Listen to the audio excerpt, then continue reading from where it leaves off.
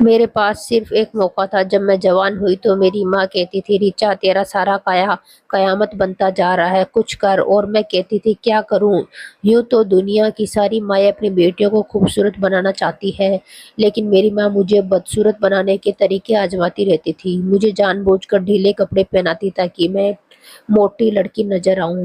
میرے بال ایسے بناتے کہ ایک پل کو بھی جھکانا مشکل ہو جائے، یہاں تک کہ کبھی کبھی میرے منہ پر لکڑی کی کالک بھی مل دیتی تھی، اور کہیں آنے جانے کا تو سوال ہی پیدا نہیں ہوتا تھا۔ مجھے اس وقت ان کی ان حرکتوں پر بہت غصہ آتا تھا، پر بعد میں پتہ چلا کہ وہ ٹھیک کر رہی تھی۔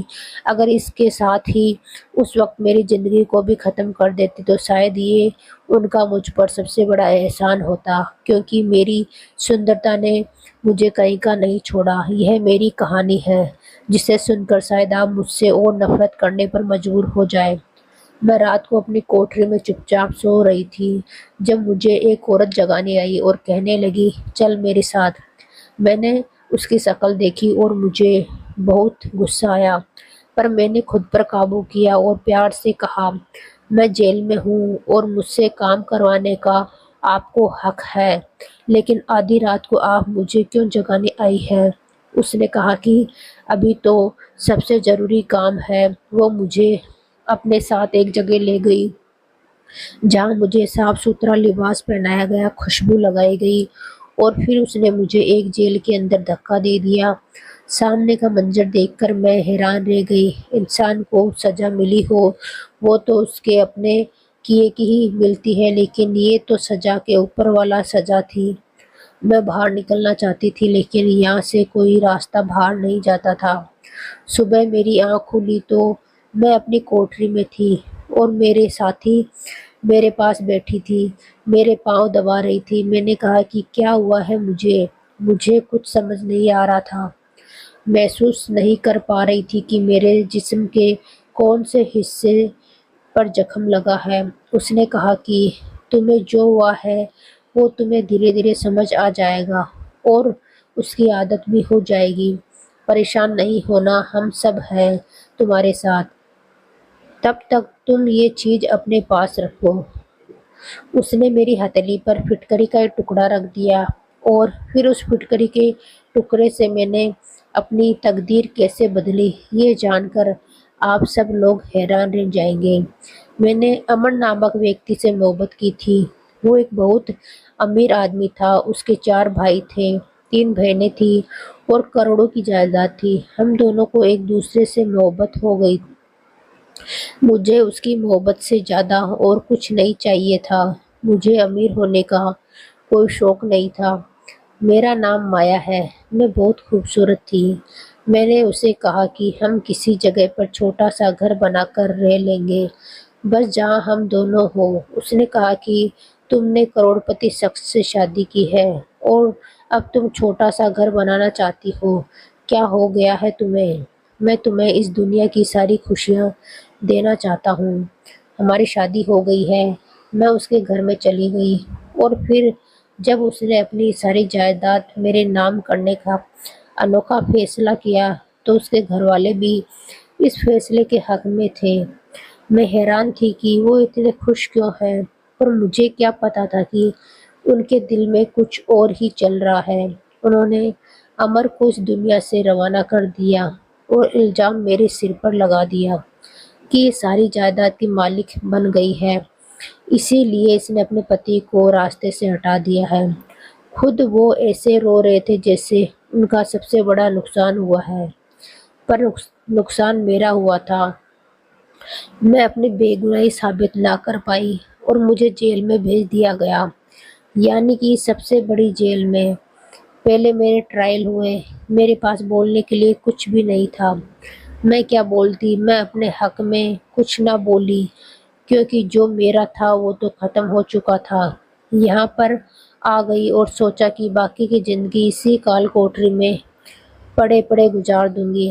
اب میرے پاس نہ ہی زندگی کا کوئی مقصد تھا اور نہ ہی میرا کوئی اس دنیا میں ہے، کیونکہ میرے ماں باپ تو پہلے ہی نہیں تھے۔ بس ایک امر تھا جسے میں نے اپنا سب کچھ سمجھ لیا تھا۔ میرے دن یہیں پر گزرنے لگے۔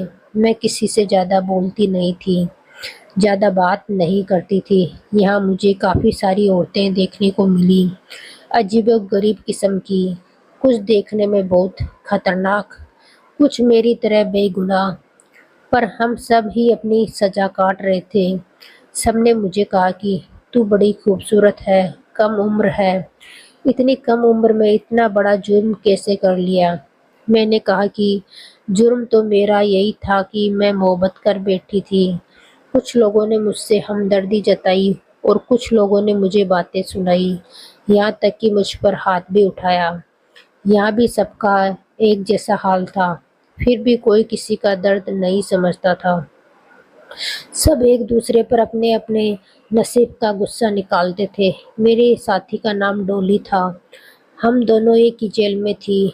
اس نے کہا کہ یہاں پر تو بہت کچھ ہوتا ہے تو تمہیں برداشت کرنا ہوگا کیونکہ یہ جیل ہے، سورگ نہیں۔ میں نے کہا کہ ہمارے لیے تو ہمارے اپنے گھر بھی سورگ نہیں ہوتے، اپنے گھروں میں بھی ہم پر بری بری آفتیں توڑ دی جاتی ہیں، تو پھر یہ تو جیل ہے، مجھے کسی سے کوئی امید نہیں ہے۔ لیکن مجھے کیا پتا تھا کہ اس کی بات کا مطلب کچھ اور ہی تھا۔ ہم لوگوں کو دن میں باہر چھوڑ دیا جاتا تھا، یعنی کہ ایک بہت بڑی چار دیواری تھی، اس کے اندر ہم لوگ پھر سکتے تھے، کام وام کرتے تھے، کھانا بناتے تھے، سبزیاں کاٹتے تھے، سالن بناتے تھے، جیل کو صاف کرتے تھے، کپڑے بھی دھوتے تھے۔ اس کے بعد جب شام ہونے لگتی تو ہمیں قید کر دیا جاتا تھا۔ آج میں سارے کام وام ختم کر کے بہت تھک گئی تھی اور جا کر اپنے بستر پر لیٹ گئی تھی۔ تھوڑی دیر کے بعد مجھے جیل کا دروازہ کھلنے کی آواز آئی۔ مجھے اتنی سخت نیند آ رہی تھی کہ میں نے آواز تو سنی پر مجھ سے اٹھا نہیں جا رہا تھا، لیکن تھوڑی دیر کے بعد ہی ایک پولیس والی عورت میرے پاؤں کے پاس بیٹھی مجھے جگانے لگی۔ میں نے کہا کہ کیا بات ہے، کیا کام ہے آپ کو؟ اس نے کہا کہ تمہیں میرے ساتھ آنا ہوگا، بڑا ضروری کام ہے۔ میں نے کہا کہ کیوں، کیا میری ملاقات آئی ہے؟ پر میرا تو اس دنیا میں کوئی نہیں ہے۔ اس نے کہا کہ ملاقات اس سمے نہیں آتی، بس تم یہ سمجھو کہ ملاقات ہی، لیکن تمہیں اس سے بہت فائدہ ہوگا۔ میں نے کہا کہ کیا مطلب؟ وہ مجھے اپنے ساتھ لے جانے لگی۔ اس نے کہا کہ زیادہ سوال مت کرو، جتنا کم بولو گی اتنا تمہارے لیے اچھا ہوگا، اور مجھے کمرے میں لے گئی۔ یہ تو کسی کا آفس لگتا تھا، شاید یہاں کی سپرنٹینڈنٹ کا کمرہ تھا، لیکن وہ وہاں موجود نہیں تھی۔ اس عورت نے کہا کہ یہ کپڑے پکڑو اور پہن لو۔ میں نے ان کپڑوں کو دیکھا، یہ کپڑے تو بہت خوبصورت تھے، رنگوں سے سجے ہوئے۔ میں نے کہا کہ یہ کپڑے مجھے اس سمے کیوں پہننے کو کہہ رہی ہو، کیا کرنا ہے؟ میں نے کپڑے پہن کر کہا۔ اس نے کہا کہ تم میرے صبر کا امتحان مت لو، میں تمہیں کب سے کہہ رہی ہوں کہ زیادہ سوال مت کرو، جاؤ باتھ روم میں منہ ہاتھ بھی دھو لینا اور ذرا اپنے آپ کو صاف ستھرا بھی کر لینا، یہ کپڑے بھی پہن لینا، جو میں کہہ رہی ہوں ویسا کرو، اسی میں تمہارا فائدہ ہے۔ مجھے اس کی کوئی بات سمجھ نہیں آ رہی تھی، لیکن میں باتھ روم میں گئی، میں نے منہ ہاتھ دھویا، کپڑے بدلے، اس نے مجھے لگانے کے لیے لپسٹک بھی دی۔ میں نے کہا کہ آخر یہ ہو کیا رہا ہے؟ اب اس نے میرے منہ پہ تھپڑ دے مارا اور میں حیران رہ گئی۔ یہ جیل تھی، یہاں پہ کوئی آپ کو پیار سے کچھ سمجھانے والا نہیں تھا، اگر آپ زیادہ سوال کرتے ہو تو یہی ہونا تھا۔ اب تو میں خاموش ہو گئی۔ وہ مجھے سجا سنوار کے ایک دوسرے کمرے میں لے گئی۔ یہ کمرہ بھی کسی آفس کے جیسا ہی لگ رہا تھا، لیکن یہ تھوڑا دور تھا اور ادھر بھی کوئی موجود نہیں تھا۔ وہ مجھے وہاں پر چھوڑ کے خود چلی گئی۔ میں تھوڑی دیر کرسی پہ بیٹھی رہی، ادھر ادھر دیکھتی رہی، پھر مجھے لگا کہ اس کمرے میں تو کوئی آ ہی نہیں رہا اور مجھے یہاں پر کیوں بٹھایا ہے؟ میں دروازے کے پاس گئی کہ یہاں سے نکل سکوں تو حیران رہ گئی، دروازہ تو باہر سے بند تھا، تو اس کمرے کے اندر ہی ایک اور دروازہ تھا جسے میں کب سے باتھ روم سمجھ رہی تھی۔ لیکن وہ کسی اور کمرے کا دروازہ تھا۔ وہاں سے ایک شخص اس کمرے میں داخل ہوا اور مجھے دیکھ کر میری تعریف کرنے لگا۔ میں کوئی چھوٹی کم سن لڑکی نہیں تھی، مجھے سمجھ آ گیا تھا کہ یہاں پر کیا ہو رہا ہے، لیکن تب تک بہت دیر ہو چکی تھی۔ صبح ہوئی تو میں اپنی کوٹری میں تھی اور میری حالت بہت بری تھی۔ پہلے تو مجھے عجیب سا محسوس ہو رہا تھا، آنکھیں نہیں کھل رہی تھی، ایسا لگتا تھا کہ آدھی نیند میں ہوں آدھی جاگ رہی ہوں۔ پھر میری آنکھوں کے سامنے منظر صاف ہوا تو ڈولی میرے پاس بیٹھی میری ٹانگیں دبا رہی تھی اور ایک اور عورت بھی وہاں پر موجود تھی۔ یہ وہ سمے تھا جس میں ہمیں کھول دیا جاتا تھا کہ اس لیے کوئی بھی اندر آ سکتا تھا۔ میں نے کہا کہ کیا ہوا ہے میرے ساتھ، مجھے کچھ یاد نہیں آ رہا۔ اس نے کہا کہ چپ ہو جاؤ، بس خاموش رہو، جو ہوا ہے اسے یاد مت کرو۔ ایک اور عورت تو سر پکڑے بیٹھی تھی۔ اس نے کہا کہ تجھے کیا پڑی تھی اپنے ساتھ یہ سب کرنے کی کہ تو اس جیل میں آ گئی؟ اپنی شکل دیکھ، کتنی خوبصورت ہے تو، اور جو جتنا خوبصورت ہوتا ہے نا وہ اتنا بدنصیب ہوتا ہے۔ اب ہم سب نے تجھے مل کے بچا نہیں سکتے، بس تجھے دیکھ کے افسوس ہی ہوگا۔ نہیں کرنا تھا نا وہ سب کچھ، کیوں اپنے پتی کی جان لے لی؟ ارے پتی جیسا بھی ہو وہ پتی ہوتا ہے، چاہے وہ آپ کی جانوروں کی طرح بھی دے، لیکن اگر وہ آپ کے ساتھ چل رہا ہو تو کوئی اور آپ کا کچھ نہیں بگاڑ سکتا۔ اور تو نے جو کرنا ہی یہی سب ختم کر دیا، کیا ضرورت تھی تجھے یہ سب کرنے کی؟ ارے ایسا بھی کیا ہوتا ہے کہ ایک عورت کے گھر تک چلی جائے؟ ایک عورت کو عزت تک جانے کی اجازت تو بھگوان بھی نہیں دیتا۔ میں نے چلا کر کہا کہ میں نے ایسا کچھ نہیں کیا، اور جب میں چلائی تو مجھے میرے پورے وجود میں درد محسوس ہونے لگا۔ میں درد سے چلانے لگی تو اس عورت نے میری ہتھیلی پہ پھٹکری کا ایک ٹکڑا رکھ دیا۔ میں نے کہا کہ یہ کیا ہے؟ اس نے کہا کہ یہ کام آئے گا، تیرے زخموں کے لیے ہے، اس سے زخموں کو دھو تو زخم خراب نہیں ہوتے، درد ختم ہو جاتا ہے، کوئی پیپ وغیرہ نہیں پڑتی، انفیکشن نہیں ہوتا۔ اس لیے ہم سب اپنے پاس ایک پھٹکری کا ٹکڑا رکھتے ہیں۔ یہ تیرا والا ہے، یہ جلدی استعمال نہیں ہوتا، اس کو جتنا استعمال کرو یہ چلتا رہتا ہے، جب ختم ہو جائے تو مجھے بتانا، میں تجھے اور دے دوں گی۔ اچانک سے میرے دماغ میں کچھ منظر گھومنے لگا اور میں پھوٹ پھوٹ کے رونے لگی۔ انہوں نے کہا کہ دنیا بڑی ظالم ہے، تو یہ سب کچھ سمجھ ہی گئی ہوگی۔ میں پورا دن اسی طرح پڑی رہی، مجھ سے کسی نے کوئی کام نہیں کروایا۔ ایک دفعہ وہ عورت آئی جس کا نام نجمہ تھا، جو مجھے رات کو لے کر گئی تھی۔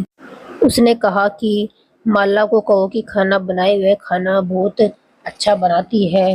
تو ڈولی نے کہا کہ کھانا اسی نے بنایا ہے، ابھی کھانا بنا کر آئی ہے اور آرام کر رہی ہے۔ اس نے کہا کہ آرام کرنے نہیں آئے ہو تم لوگ یہاں پہ، اسے کہو کہ اور کوئی کام دیکھ لے۔ دراصل میں نے صبح سے کوئی کام نہیں کیا تھا، یہ لوگ میری حفاظت کر رہی تھی، میرے لیے جھوٹ بول رہی تھی تاکہ میں آرام کر سکوں۔ میں اس پھٹکری کے ٹکڑے کو ہتھیلی میں دبائے لیٹی ہوئی کوٹری کی چھت کو دیکھ رہی تھی۔ مجھے عمر کی بہت یاد آ رہی تھی، وہ میرا محافظ تھا، میرا ہمسفر تھا، میرا دوست تھا، ہم لوگ ایک ساتھ پڑھتے تھے۔ اگر آج وہ میرے ساتھ ہوتا تو اس دنیا کی جرأت کہ یہ میرے ساتھ اتنا برا کرتی، لیکن وہ تو اس دنیا سے چلا گیا، اسے تو اس کے اپنوں نے اس دنیا سے بھیج دیا اور مجھ پہ اتنا بڑا الزام لگا دیا۔ اگر ہم کسی سے محبت کریں تو کیا ہم اس کے ساتھ اتنا برا کر سکتے ہیں؟ نہیں، ہم تو اس کی ایک ناراضگی سے بھی ڈرتے ہیں، تو پھر اس کی زندگی ختم کرنا تو بہت دور کی بات ہے۔ میں یہ سوچ بھی کیسے سکتی تھی؟ مجھے عمر کی بہت یاد آ رہی تھی، میں بار بار رو رہی تھی، بار بار اس کا نام لے رہی تھی، اسے ایسے بلا رہی تھی جیسے وہ زندہ ہے اور جیسے ابھی یہاں پر آ کے مجھے بچا لے گا اور سب کچھ ٹھیک ہو جائے گا۔ لیکن اب وہ کہاں سے آتا؟ خوشیوں کی مدت بڑی کم ہوتی ہے، بہت کم وقت کے لیے آپ کی زندگی میں آتی ہے، لیکن دکھ کم وقت بڑے لمبے عرصے کے لیے آپ کی زندگی میں آتے ہیں اور اتنی آسانی سے آپ کا پیچھا نہیں چھوڑتے۔ میرے ساتھ بھی یہی ہو رہا تھا، مجھے لگا تھا کہ میری قسمت صرف ایک ہی دفعہ بری ہوگی، لیکن جیسا اس عورت نے کہا میں خوبصورت تھی اس لیے میری قسمت بار بار بری ہو رہی تھی اور میں کچھ بھی نہیں کر پا رہی تھی۔ اگر آواز اٹھاتی تو آواز کو دبا دیا جاتا تھا۔ ڈولی نے مجھے بتایا تجھ سے پہلے یہاں ایک اور لڑکی بھی تھی جو تیری طرح بہت زیادہ خوبصورت تھی اور اس کے ساتھ بھی وہی ہو رہا تھا جو تیرے ساتھ ہو رہا ہے۔ میں نے پوچھا کہ پھر وہ کہاں گئی؟ کیا اسے آزادی مل گئی؟ ڈولی نے کہا یہاں سے کسی کو آزادی نہیں ملتی، اسے بھی آزادی نہیں ملی۔ ایک دن وہ بہت بری طرح پریشان ہو گئی اور اس بڑی والی بلڈنگ ہے نا سامنے، اس کے اوپر چڑھ کر اس نے نیچے چھلانگ مار دی، یعنی کہ اس نے آتم ہتیا کر لی اور وہ آزاد ہو گئی، اس کی تکلیف ختم ہو گئی۔ میں نے کہا ڈولی تجھے کیا لگتا ہے کہ جب تک انسان مرتا نہیں ہے اس کی تکلیف ختم نہیں ہوتی؟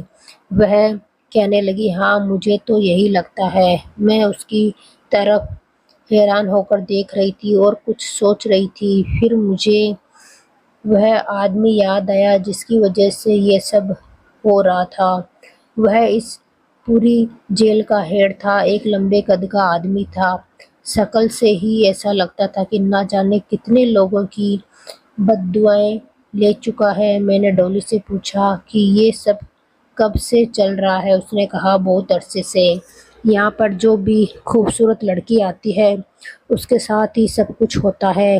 یہ شخص اس جیل کا فرول بنا ہوا ہے، اس کے دو ہی شوق ہے، ایک کا تو تمہیں پتہ ہے اور دوسرا اسے کھانے کا بہت شوق ہے، اور تم اتنا اچھا کھانا بناتی ہو اسی لیے تمہیں کھانے کے کام میں بھی ڈالا ہے۔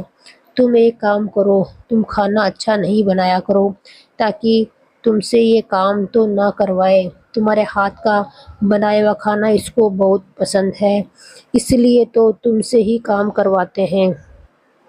میں خاموش ہو گئی۔ اس نے کہا مجھے تمہاری سمجھ نہیں آتی، تم دکھ میں ہو، پریشانی میں ہو، کچھ سوچ رہی ہو، تمہارے چہرے سے کچھ پتہ نہیں چلتا، ایسا لگتا ہے تمہارے اندر کوئی جذبات ہی نہیں ہے۔ میں نے کہا اب میرے اندر واقعی کوئی جذبات نہیں ہے سوائے ایک جذبے کے جس کی تکمیل میں ضرور کروں گی۔ ڈولی نے کہا کیا مطلب؟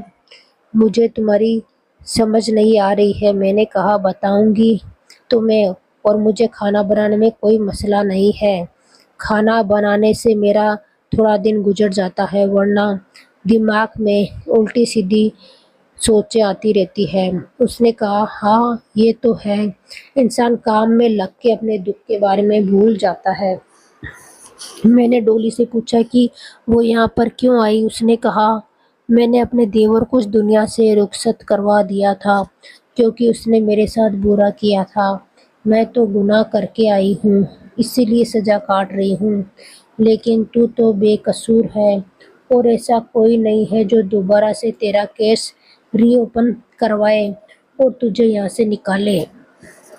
میں نے کہا پتہ نہیں، مجھے نہیں پتا، ہماری جیل میں کچھ پترکار عورتیں بھی آئی تھی، یہ وہ لڑکیاں تھیں جو پترکاریتا پڑھ رہی تھی اور ان کو سروے وغیرہ کرنے تھے، ان میں سے ایک لڑکی کا نام رادھا تھا۔ اس نے جب مجھے دیکھا تو وہ میرے پاس آ گئی، مجھے کہنے لگی کہ مجھے آپ کی کہانی سننی ہے۔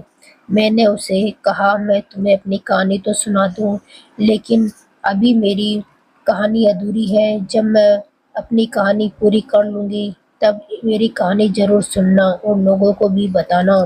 اس نے کہا کیا مطلب؟ میں نے کہا تم دوبارہ آؤ گی نا؟ اس نے کہا ہاں شاید ہمارا دوبارہ چکر لگے۔ میں نے کہا تب تک میں اپنی کہانی کو پورا کر لوں گی، پھر تمہیں سنا دوں گی۔ وہ بڑی حیران ہوئی اور وہاں سے چلی گئی۔ میں اس ظلم کو روکنا چاہتی تھی جو میرے ساتھ ہو رہا تھا اور مجھ سے پہلے بہت سی عورتوں کے ساتھ ہو چکا تھا۔ میں اس سب کو ختم کرنا چاہتی تھی، لیکن میں کیسے ختم کرتی؟ ہم لوگ جب کام کرتے تھے تو ہمیں سبزی کاٹنے کے لیے کچھ اوزار وغیرہ دیے جاتے تھے، لیکن اس کے بعد وہ ہم سے لے لیے جاتے تھے۔ ہم پر گہری نظر رکھی جاتی تھی۔ مجھے ڈولی نے ایک عورت کے بارے میں بتایا تھا جس نے بغاوت کرنے کی کوشش کی تھی۔ اس کے ساتھ بہت برا ہوا تھا۔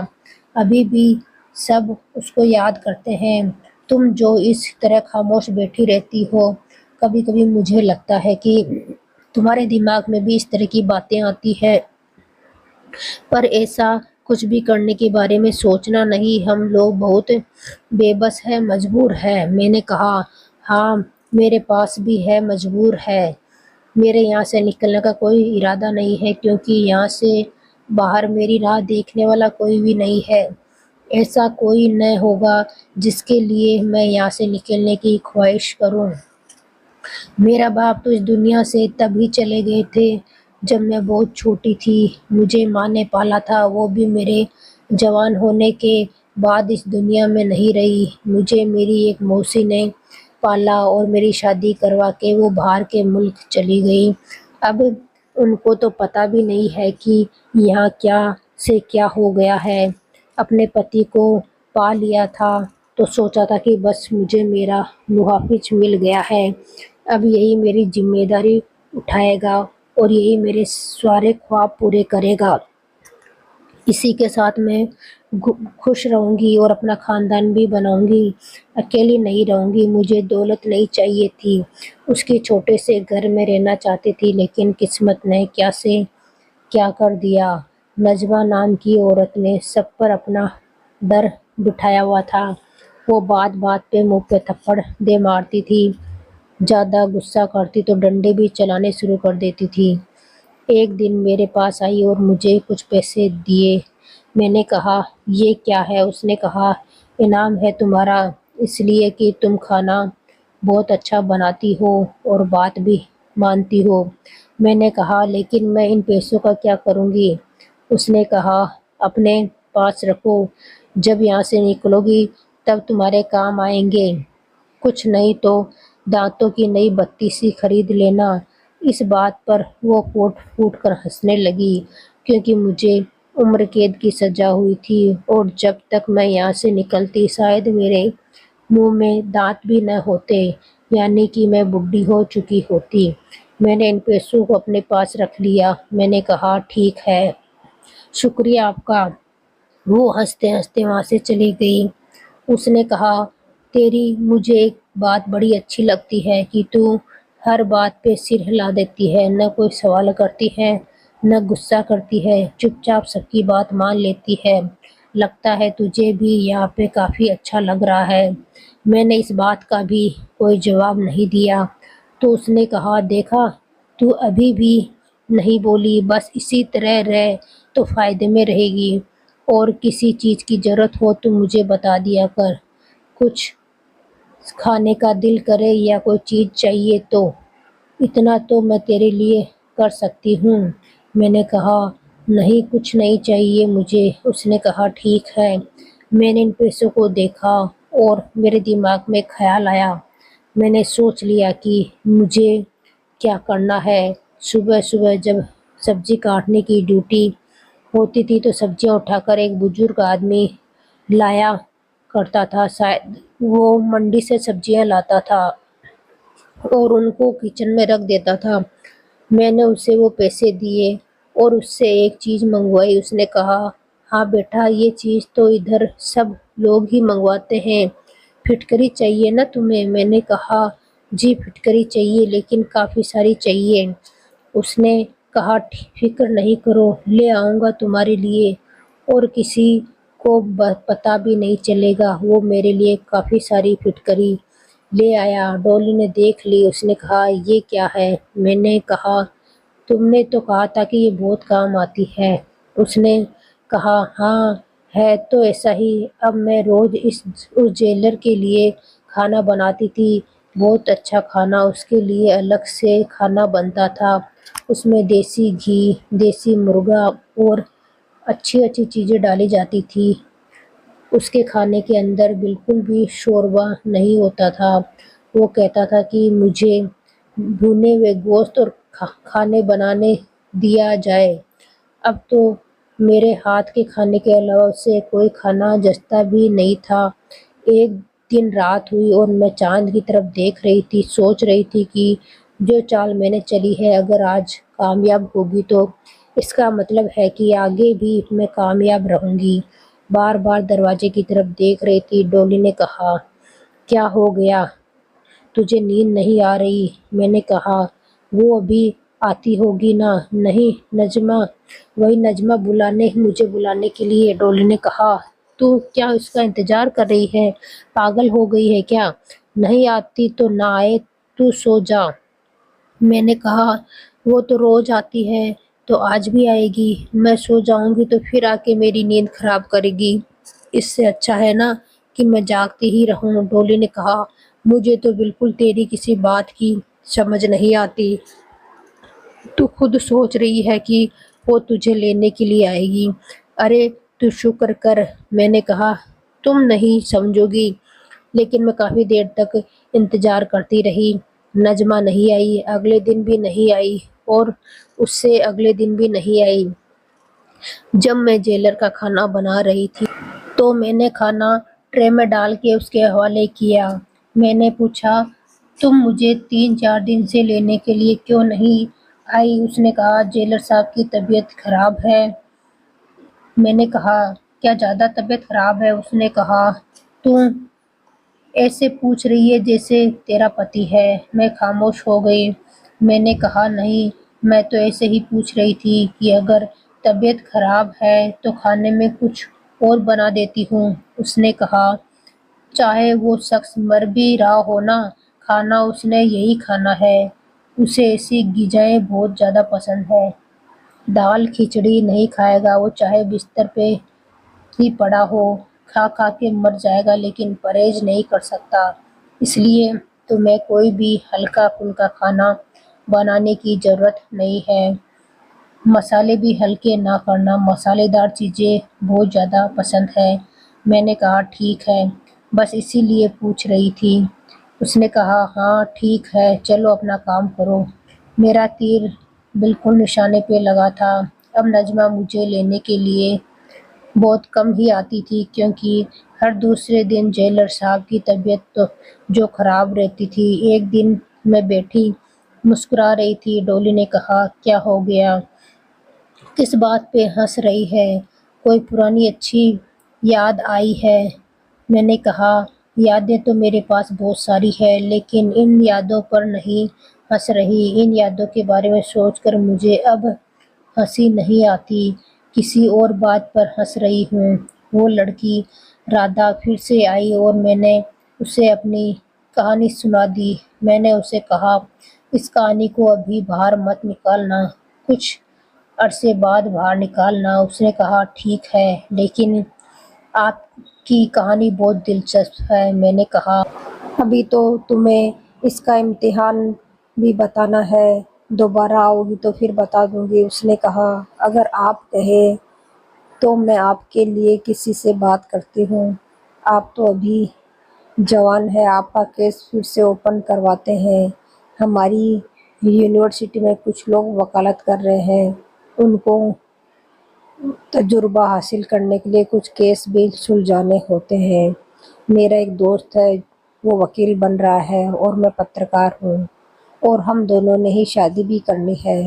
سمجھے، منگیتر ہے، میرا بہت اچھا انسان ہے، بہت امیر ہے، اس کی پہنچ بہت اوپر تک ہے۔ اگر آپ کہیں تو میں آپ کا کیس ری اوپن کروا دوں گی اور وہ آپ کو یہاں سے باہر نکال دے گا۔